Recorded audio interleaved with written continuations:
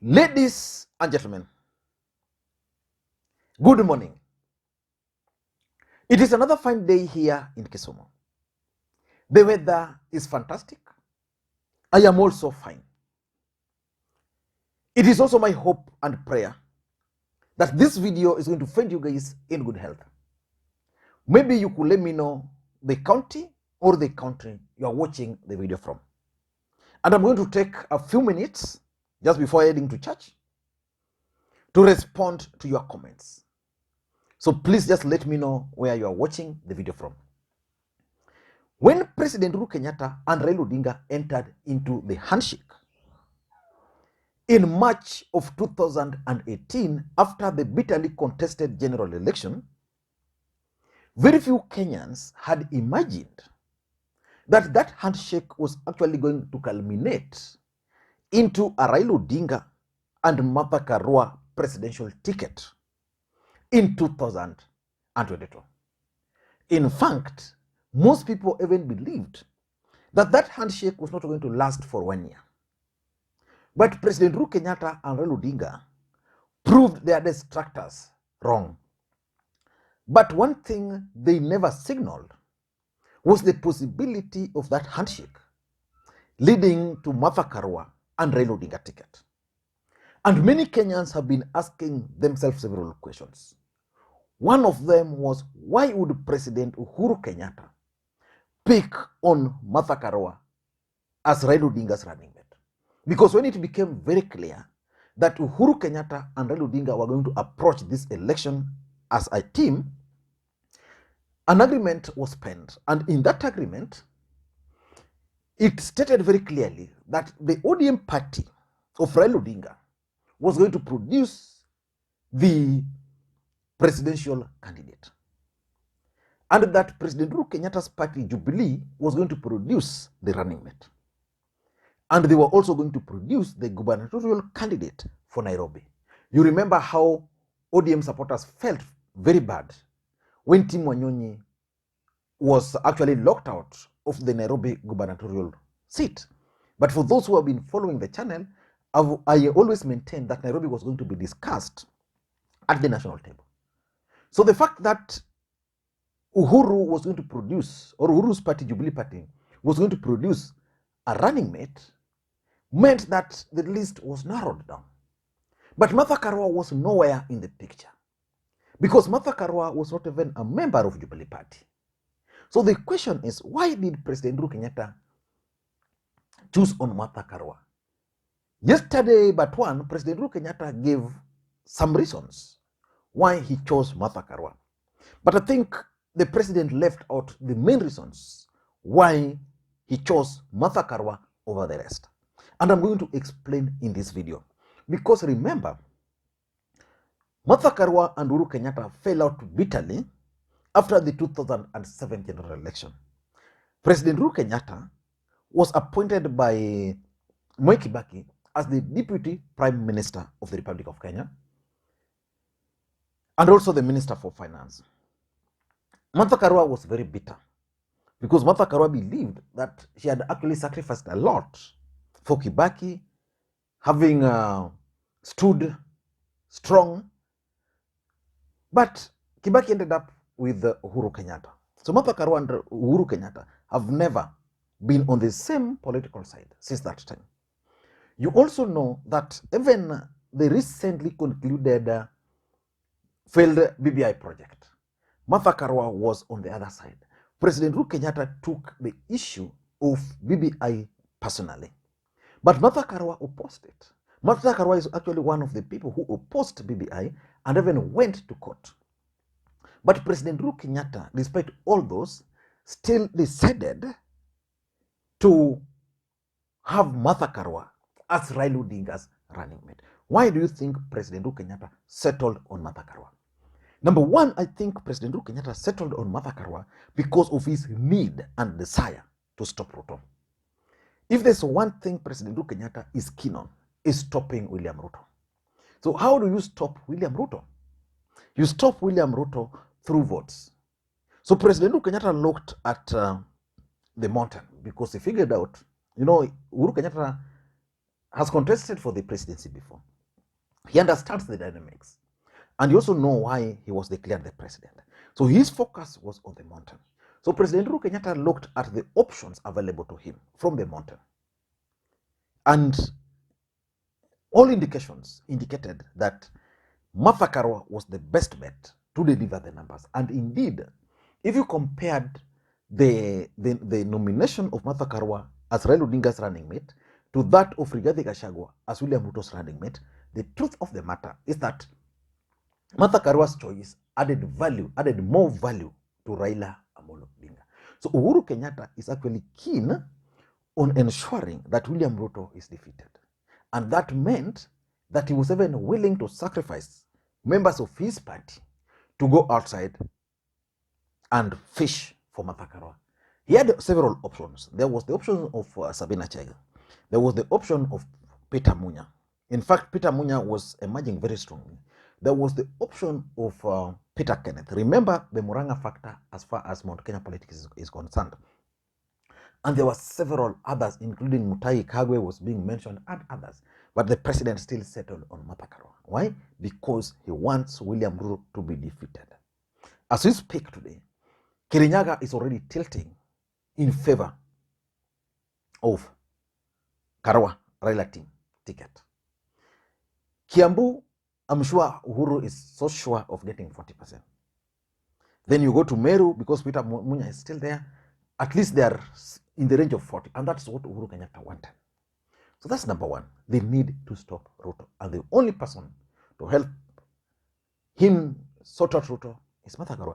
Number two, I think, is the project tag. The truth of the matter is that William Ruto and his brigades successfully managed to project Raila Odinga as President Uhuru Kenyatta's project. So assuming President Uhuru Kenyatta had settled on an individual called Peter Kenneth or even Peter Munya, that project tag would have sold like hotcake in this country. But the moment Uhuru settled on Karua, there was no way you could say that Karua is actually President Uhuru Kenyatta's project. So it completely shifted the equation to reformist. So it was like now a grouping of reformist versus that other group. So I think President Uhuru Kenyatta was so keen on shedding off that project tag. And that's why he settled on Karua. If he had settled on say, Peter Kenneth or someone else, someone would have complained, or someone would have said, okay, that is a member of Jubilee, just extending President Uhuru Kenyatta's project. President Uhuru Kenyatta stay in office. But the president went out of his way, picked Martha Karua, a lady who has never supported him. He went and picked Martha Karua outside the Jubilee. And he also went and picked Martha Karua away from men. So I think the project tag is something which Uhuru Kenyatta was so keen on shedding. Number three, I think President Uhuru Kenyatta was also not happy with the rebellion in Jubilee. His key allies had deserted him. Uhuru Kenyatta was left now with no option. He had thought of the Speaker of the National Assembly. The Speaker figured it out and went to Ruto. Moses Kuria, of course, from Gatundu South, was with Ruto. William Kabogo was not steadfast, was like this side. In fact, if you ask me, the person President Uhuru Kenyatta had really intended to support was Mwangi Kiunjuri, because of several factors. Mwangi Kiunjuri is a Kikuyu who speaks the typical language of the Kikuyu. He comes from Rift Valley, so he would have been the best. And Uhuru Kenyatta even prevailed on him not to run. But he also fell for William Ruto. So Uhuru Kenyatta felt that the people he had in mind in Jubilee actually deserted him. So, and because most of them deserted him, his choices were now limited. And that's why Uhuru Kenyatta now had to go out and pick on Martha Karua. Martha Karua was picked because of the rebellion Uhuru Kenyatta faced in the mountain. Number 4, in my view, is actually the integrity. You see, Uhuru Kenyatta has maintained always that William Ruto is not fit to lead this country. And the reason he's saying that is because he's the president of the Republic of Kenya. There are certain things Uhuru Kenyatta understands and knows, which some of us we might not know. Running affairs of the government. You know, there was a point in time in this country when President Uhuru Kenyatta was out of the country, I think facing IECC, and he left the country in the hands of William Ruto for some days. When the president came back, a lot of things had happened. And in fact, it is alleged that was the beginning of the fallout between Uhuru and Ruto. Ruto had done so many things which shocked President Uhuru Kenyatta. But because William Ruto was not associating more with people with questionable characters, the wash gang in this country, I think President Uhuru Kenyatta wanted to bring integrity to this other ticket. And number 5, the 5th reason is basically what the president alleged or alluded to the other day when he met with the bishops from the mountain. That he settled on Martha Karua because Martha Karua is one individual who can actually stand for the rights and the interest of the people of the mountain. Now, there is Rigathi Gachagua, and then there's Martha Karua. Rigathi Gachagua was a deal under Moi, and he did so many bad things against the Kikuyos. Martha Karua was also a powerful cabinet minister under Kibaki. Martha Karua stood firm with Kibaki. So Uhuru Kenyatta is actually trying to tell the mountain to make a choice between someone who is going to support Ruto fully without considering the interest of the Kikuyu nation the way he did when he was the Dio serving Moi, and a person like Martha Karua who can actually stand for the rights of the Kikuyu. In fact, one thing which Raila Odinga supporters have been worried about is whether Raila Odinga will be able to work effectively with Martha Karua, or they are going to fall out soon. The truth of the matter is that Martha Karua is a steadfast woman, strong. And Martha Karua cannot just do things because you are the president you want her to do. She can't. And that is the attribute which President Uhuru Kenyatta is saying is the reason he reached out for Martha Karua. And lastly, I think President Uhuru Kenyatta wanted to create a parallel between Ruto and Raila. You know, Ruto decided to go for Rigathi Gachagua. Then he settled on Raila Karua ticket. If you look at those tickets, William Ruto has never stood for anything progressive in this country, in his political career. Rigathi Gachagua was elected the member of parliament for Madeira, if you ask me, because of the money he has, maybe because of the fact that he was Uhuru Kenyatta's peer, and maybe because of the fact that Rigathi Gachagua is the brother to the former member of parliament. Rigathi Gachagua's political career since university has always revolved around status quo.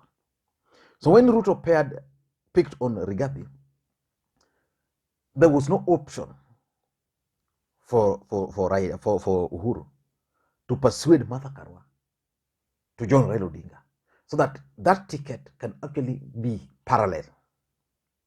And the intention was also very clear, so as to attract the former reformist. You know, at some point in this country, William Ruto had started winning the support of the former reformers, because these people believed that Raila Odinga had fallen out of the way and was now supporting status quo. So when Martha Karua was brought on board, majority of these former reformists managed to troop back to Raila Odinga's side. And that's basically what Uhuru wanted, so that we are going to have 2 tickets. And you as a Kenyan, you make a choice.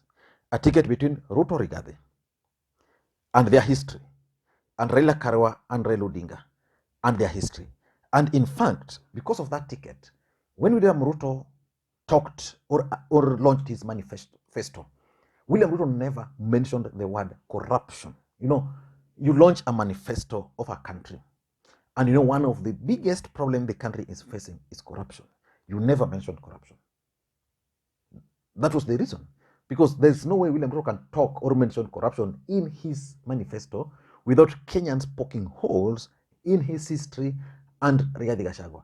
Rigathi Gachagua was very clear that if he's elected, the first thing we'll do, he will go and recover his money which were frozen because of corruption, and then he will build a big house so that watu wa Nyeri can be going there wakunye uji.